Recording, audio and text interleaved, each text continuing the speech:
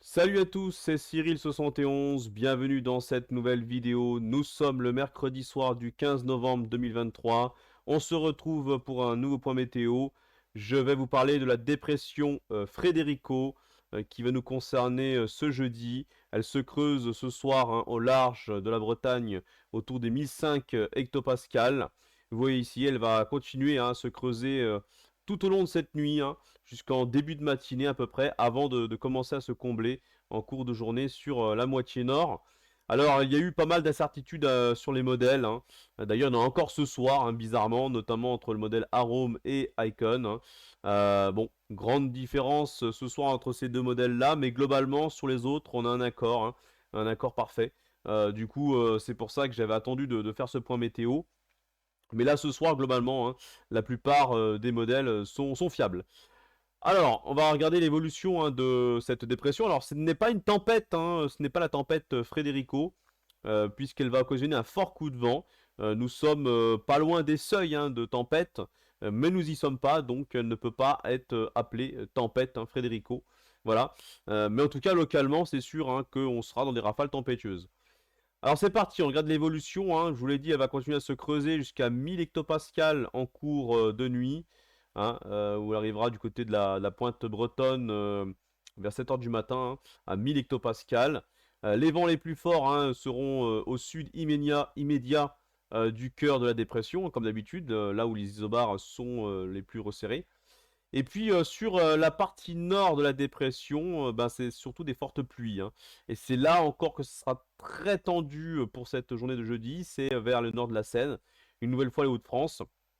Et oui, pour le Pas-de-Calais, ce n'est pas une bonne nouvelle, mais ce jeudi sera encore très pluvieux avec le passage donc de cette dépression. Voilà, donc encore une fois, les inondations, c'est une catastrophe pour les Hauts-de-France. Alors pour les vents.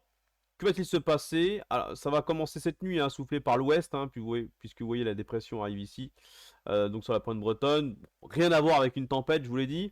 Sur les côtes, on sera entre 100 et 120 km/h.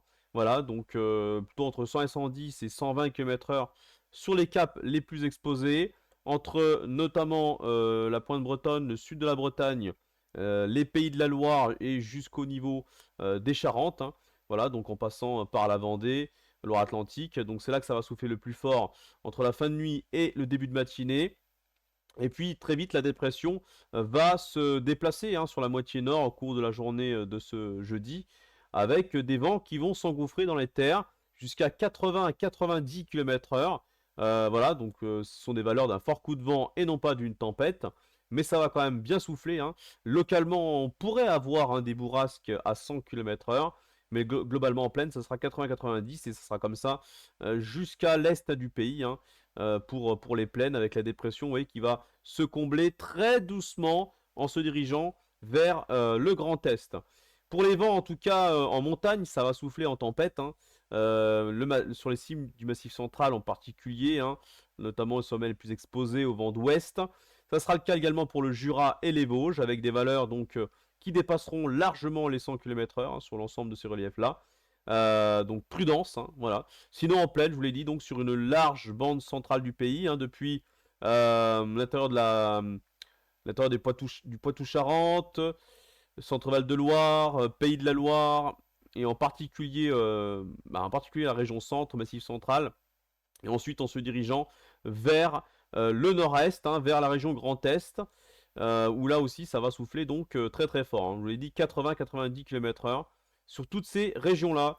Ouais, bah voilà, donc j'en ai fini pour ce point météo. C'était surtout pour parler donc de cette dépression Frederico.